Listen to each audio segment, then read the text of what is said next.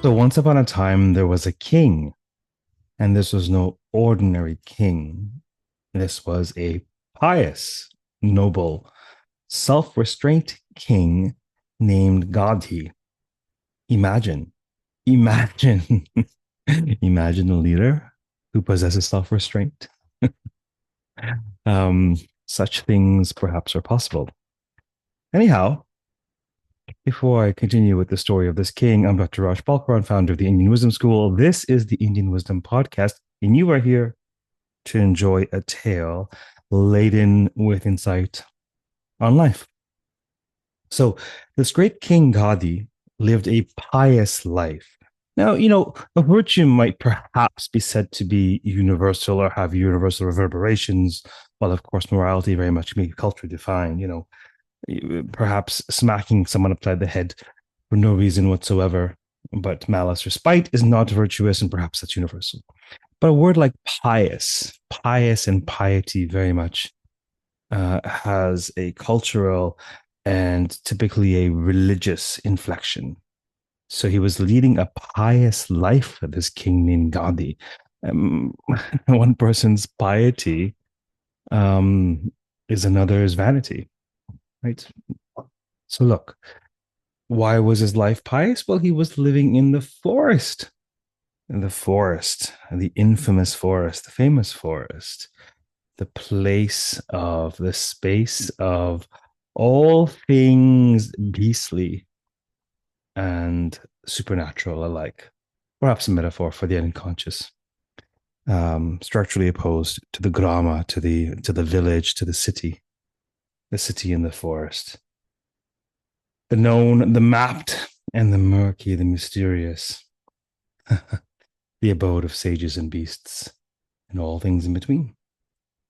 Perhaps, this is all metaphoric for the human experience. But anyhow, this king, a king is what? An emblem of the social, of the conscious, of the Apollonian, to use a term related to the god Apollo, structure, order, versus the Dionysian, related to the god of wine, Bacchus,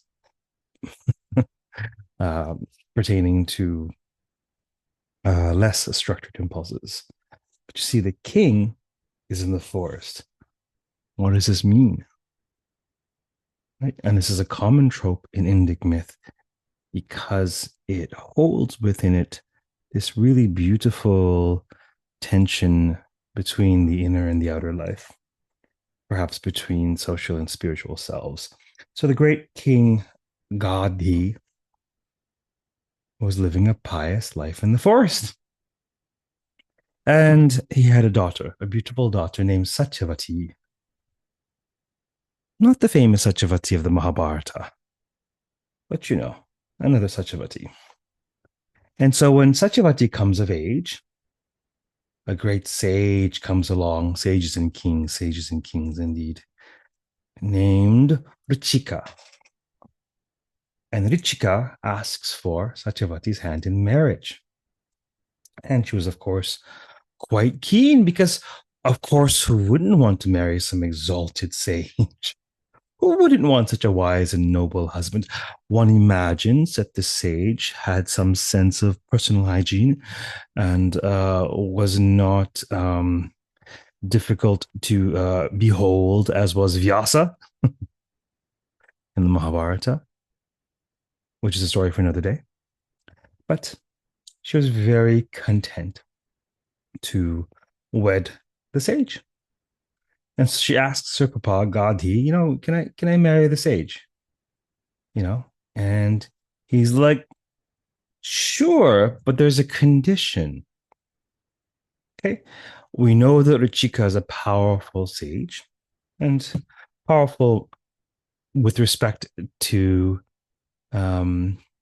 ascetics, yogins, etc., powerful with respect to spiritual power, not necessarily social power, the wielding of the supernatural, right? They're not muggles. Magic is real. And so his requests pertained to the sage's ability to bless the ability to manipulate material creation, to wield Shakti, to wield power, spiritual power. And so the king says to his daughter, provided that the sage prepares a potion, right? So that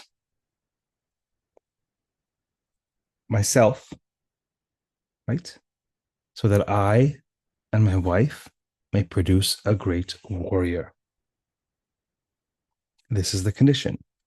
Yes, Sage Ṛcīka, you can marry my daughter Satyavati, but you have to prepare a potion, a porridge, a porridge sprinkled with not only, perhaps some, nuts and seeds and wonderful digestibles or edibles, but a porridge laden with potency, the powerful potion, so that I may conceive a warrior who one imagines will succeed this king in time. Okay. The sage said, oh, certainly, no problem. No problem. I can prepare such a concoction for you and your wife. Yes. And while I'm at it, while I'm preparing potions, one loses so much time and energy switching between tasks, answering emails for 5 minutes, and then, thinking about podcasts, and then switching over to do a website, and then answering some more emails. No, carve out an hour and bang off the podcast, carve out an hour and bang off all the emails, carve out, right? We spend so much time switching gears, actually. So much time and energy. We would be much more productive were we to focus on one task at a time until it becomes, internalized or automated somehow in our system. And so, since I'll be preparing potions anyways, I'll prepare a second potion for myself and my to-be wife, your daughter, Satyavati. Okay? Because, I'm a great sage. I'm committed to celibacy. But a child would be nice. And I'm certain that Satyavati would like a child.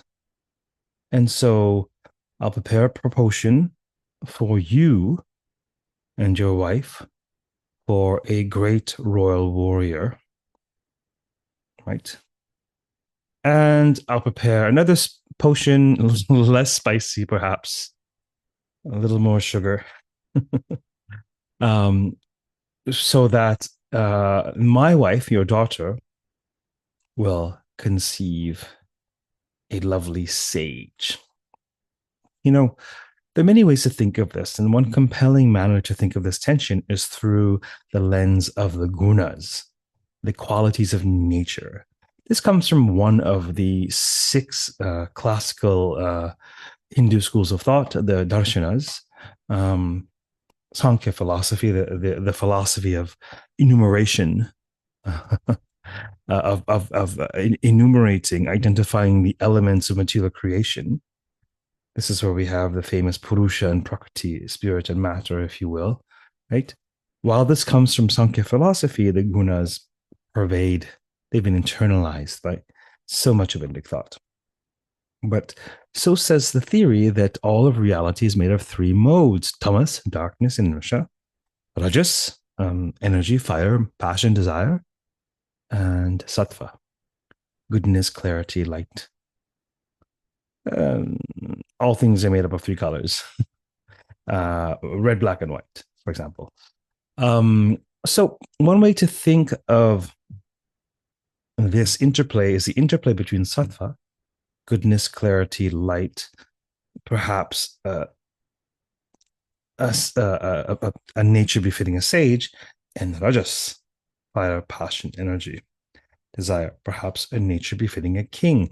And so these tales are much more than, they're much more than fanciful conceits for children or story lovers of all ages, and they're even more than historical record. You can imagine that. They are archetypal, or they can be viewed archetypally as pertaining to the very aspects of the human experience. Right? So archetypal tales are tales which last, and tales which grip, and they last because they grip. Because of their grip and power, they stand the test of time because they grip generation after generation. And there are even wise myth makers of our times, or within the last 50 years or so, who have generated profound archetypal worlds, such as the world of Star Wars, quite literally a modern myth consciously crafted from the building blocks of mythology, such as Tolkien, Lord of the Rings. Yes.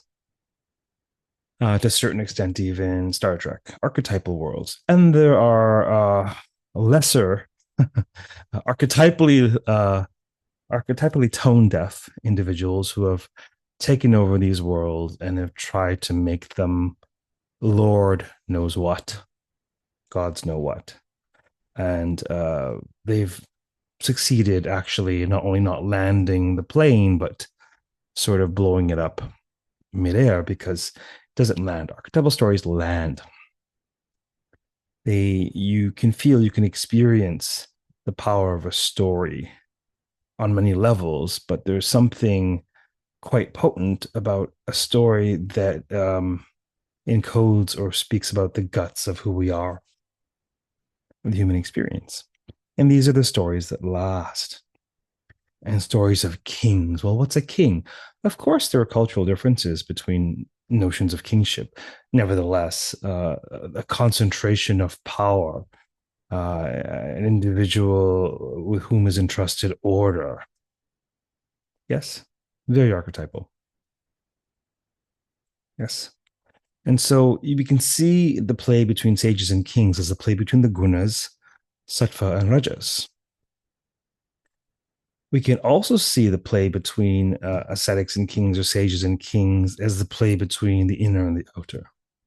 Control of the inner, control of the self, or control of the outer. Society, control of others. Yes.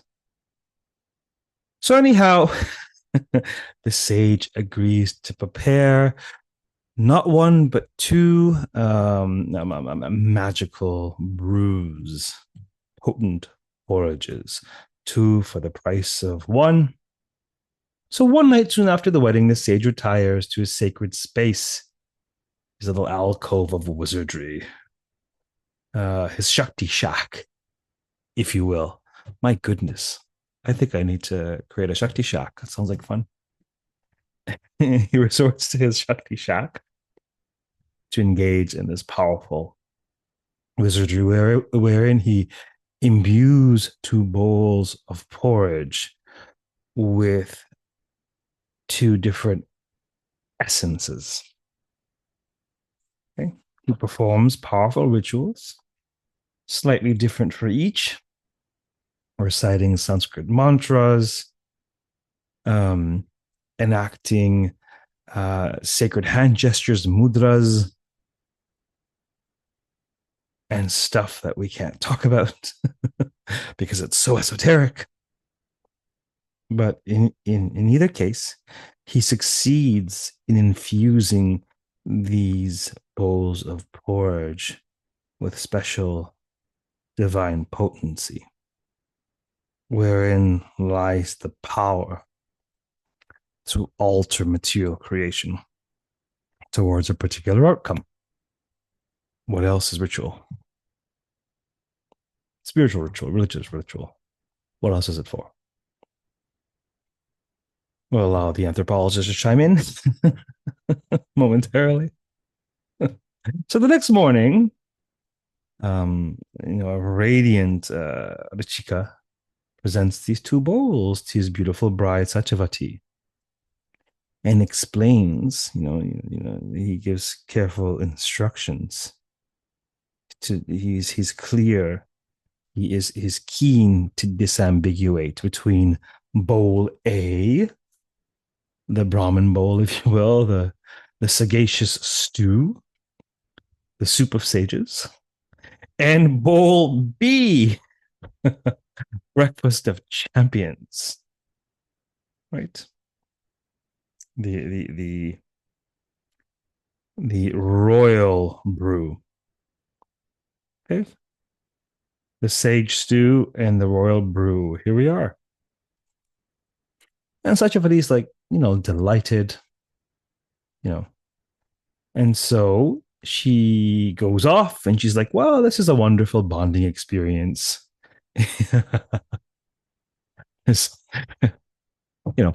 I don't always agree. I rarely agree with the results of Freudian analysis because, in my view, the Freudian perspective accounts for a fragment of the human experience. But I always understand why there are individuals who are called to such analysis, because, of course, there is such a dimension in these tales as well.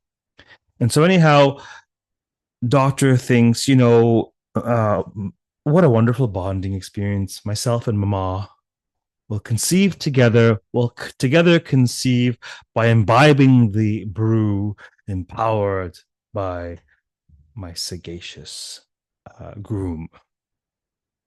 And so she's off to see Mama. And her mother, of course, was of an ancient royal house. And she was quite concerned with, keeping up with the Patels, keeping up with whomever. She was quite concerned with status. What is the highest echelon of status? Royalty.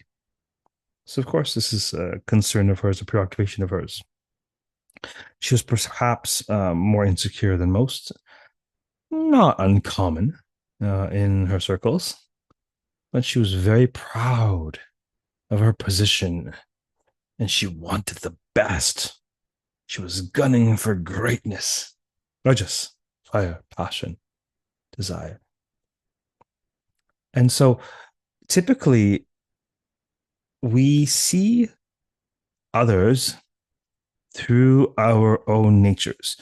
When they're individuals who are relatively or greatly evolved, they're able to actually suspend or abate or displace their ego sense while they're hearing a story, while they're counseling, while they're receiving a question, and there's a space for that person's experience. They could suspend their sort of camera one ego sense and pan to camera two to view the conversation of the person. They can get themselves out of the way to leave space for the other person and space for wisdom, etc., etc. Yet the vast majority of human beings project their own ego sense and ego crud onto those with whom they speak. And so, if you are insecure or perhaps, to use an example, hedonistic in some sense, you might project promiscuity onto your partner. What were you doing last night? Well, I told you I was working late.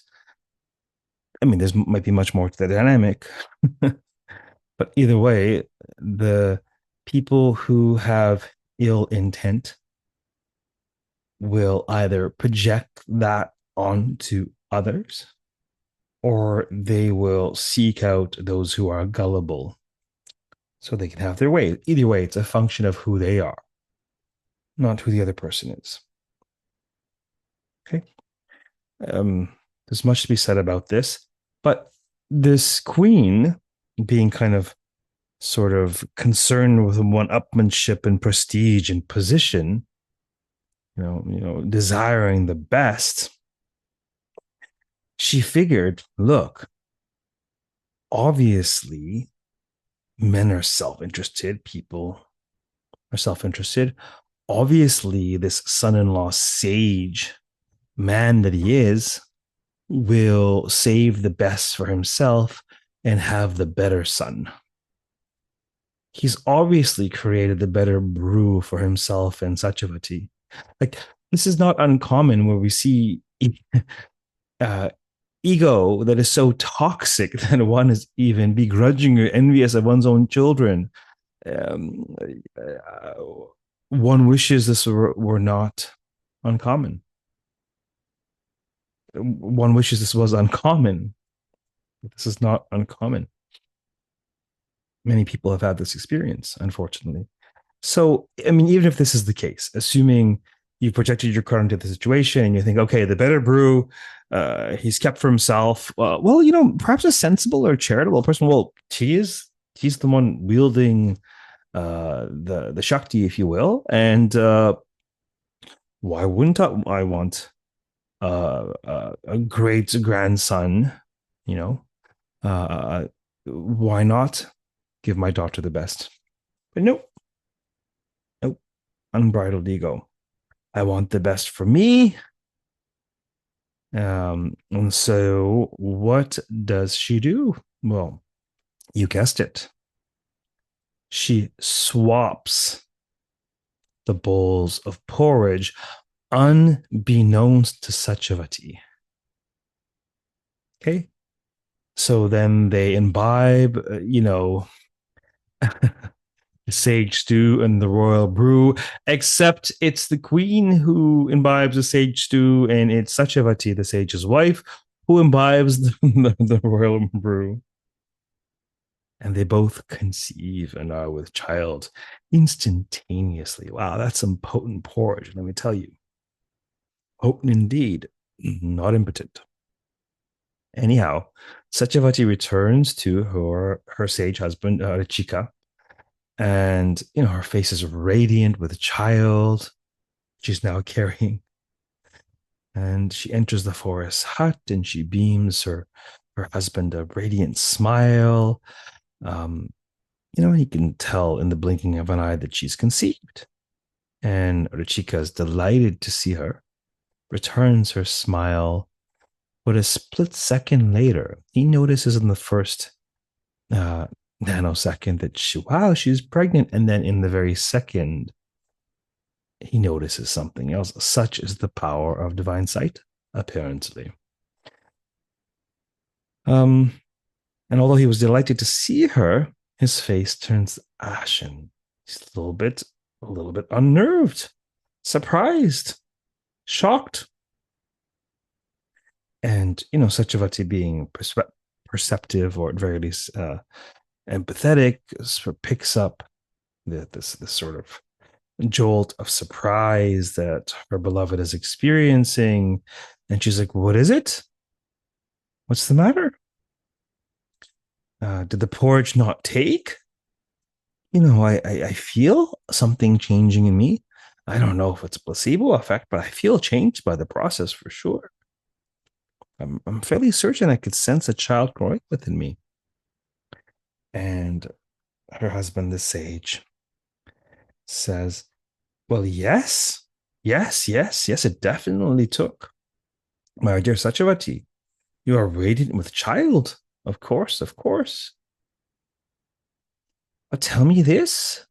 Did you take the porridge that I had allotted for you? Or did you consume the one that I specified was for your royal mother? Satyavati's like, well, this wizardry is beyond me. This isn't my domain. I certainly wouldn't mix prescription drugs without the counsel of a skilled pharmacist or chemist across the pond. No, I wouldn't meddle. What ridiculousness, what calamity, what confusion might there be? Who knows? I'm not mixing prescription drugs. I took the one that you prescribed, of course. I gave my mother the one you specified was hers, and I kept the one that you specified was mine. What's going on? What's happening? So Ṛcīka, the sage, takes a moment and closes his eyes and focuses his inner sight to see what he can see. Right? He then saw what had happened. His mother-in-law had switched the porridges. My dear Satyavati, thinking her concoction inferior to yours, your ambitious mother switched them unbeknownst to you. I infused your mother's potion with the qualities of a warrior, as per your father's request. Hers was to have been a child befitting a great royal house. And in your potion, I infuse the qualities of a Brahmin or a sage, you can say. We'll conflate the two for now, for the podcast, anyhow. Compassion, gentleness, purity, truth. But now, your royal mother has conceived a Brahmanic child, and you, my dear, have conceived a great warrior. My goodness. This mixing and matching of natures. What do we get? What do we get when we mix red and white? We get pink, perhaps. Anyhow, dear Ṛcīka, best of sages, husband of mine, surely there's something you can do. Wow, I had no idea. I've got to have a little stern talking to with Mama when next I see her, but now it's all quite confused. I mean, what do we do? Certainly we're not going to swap the babies at birth, although I think that would have been a creative solution had she kind of just brought them to term and she did the old switcheroo to undo Mama's switcheroo. But no. Life is more complex than that. So she asks her husband to use his divine power in order to rectify the situation. You cast a spell, and now Sarai cast yet another spell to rectify the situation. I would love nothing more than to bear your Brahmanical son, befitting a sage as exalted as yourself. Could you perhaps defer the effects of the potion for a generation, so that I could bear you a wise and sagacious son, and my mother instead birth a fierce warrior? Ṛcīka was able to grant Satyavati's wish, and they brought forth another great sage. So their son was Jamadagni. And Jamadagni's son, Paraśurāma, is a famous figure indeed. Paraśurāma means Rama with an axe.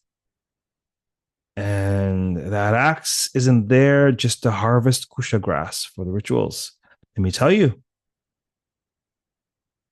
Paraśurāma, although born and raised a Brahmana, becomes a very powerful warrior indeed. So powerful, he's said to have wiped out 21 generations of Kshatriyas. A story for another day. But Paraśurāma is a great figure indeed.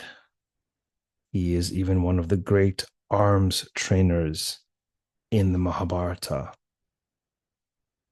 If I'm not mistaken, it is Paraśurāma himself who is Bhishma's guru, his arms guru. Anyhow, the problem was to further generation. And we have this Brahmana who takes up the work of a Kshatriya, of a warrior. Right? This is what I call the dharmic double helix. These two divergent strands of dharma, especially with respect to violence. The duty of the warrior is to wield violence for protection of state, and the duty of the sage or the Brahmana is to wield non-violence, is to abstain from violent force. And so we've got this little weaving of the dharmic double helix with these two strands in one personage, such as Paraśurāma, who has, he embodies these dual legacies, which need to come together. And this very much is the conversation or the coming together of classical Hinduism, because classical Hinduism has one parent, a Vedic parent, historical Vedic, which is very much about running society properly, performing rituals, wielding force where needed, and this other ascetic parent, this Upanishadic parent, which is all about ahimsa, himsa, himsa. Yes. And to this day, we've got even to modern day, we've got various interpretations of the Bhagavad Gita. Is it to be taken literally or figuratively? Yes. So this tension is, to my mind, the dharmic double helix is the DNA at the heart of Hinduism. Very much so. Okay. Due to the porridge exchange, Satyavati's royal mother gave birth to King Viśvāmitra. This is the backstory of great exalted figures in tradition in Indian myth, Paraśurāma and Viśvāmitra. For those of you who are interested, there is an episode here where I go into detail about the story of Sage Viśvāmitra. But Viśvāmitra is born a king, and he is the first and last person in the history of Indic lore who, through extraordinary tapasya austerity, gains the boon of becoming a Brahmin sage. It's a lovely, charming, powerful tale where he covets the cow of Sage Vasishta. He covets the wish-fulfilling cow and tries to take her by force and cannot, because the sage's Brahmanical powers supersedes his brute force. Such is the story of Viśvāmitra. But the story and the encounter of Vasishta and Viśvāmitra also just weaves this wonderful tension between the Dharmic double helix, because Vasishta is a sattvic sage who needs to learn to protect himself. And Viśvāmitra is a Rajasic king who needs to learn to curb his desire and his appetites and to become a sage.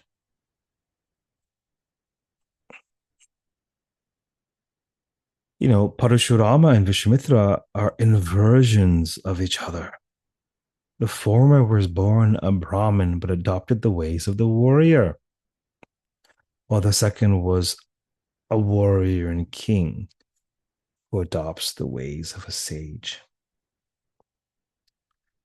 This story is told in the stories behind the poses, pertaining to its namesake, Ṛcīkāsana, an inversion. Gee, do you think the inverted pose and the story of inversions, relate to each other in some way?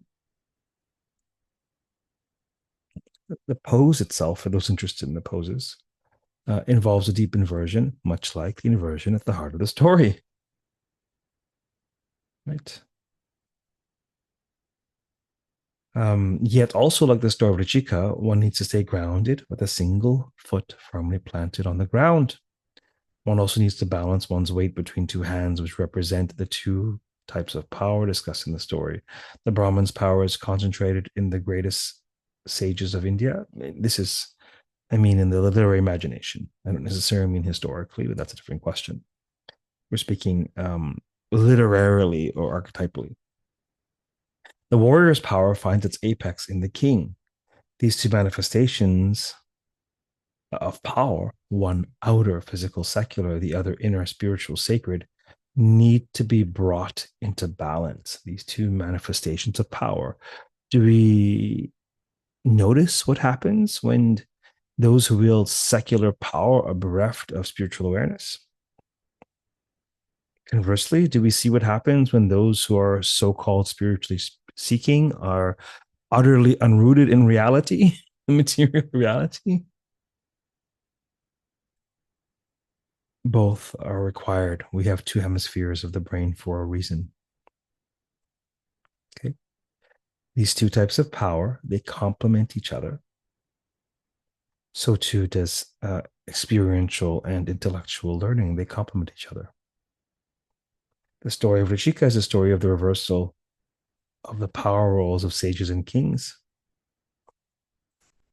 And perhaps in this tale, there's some wisdom you can wield in your own life in terms of thinking through, contemplating, examining the unexamined life, indeed, examining your tendencies, your temperament, your duty, and where you need to learn the opposite of your comfort zone in order to become more whole. Are you full of rajas? In need of a smidgen of sattva? Or are you soaked in sattva and need to learn to embrace rajas? Well, that's for you to figure out. You and or a skilled professional to figure out. Feel free to reach out if I may be of service. I hope this tale was as enjoyable to hear as it was to tell, at very least. I'm Dr. Raj Balkaran, and you can find me at indianwisdomschool.com or rajbalkaran.com. Until next time, take care of yourself. Namaste.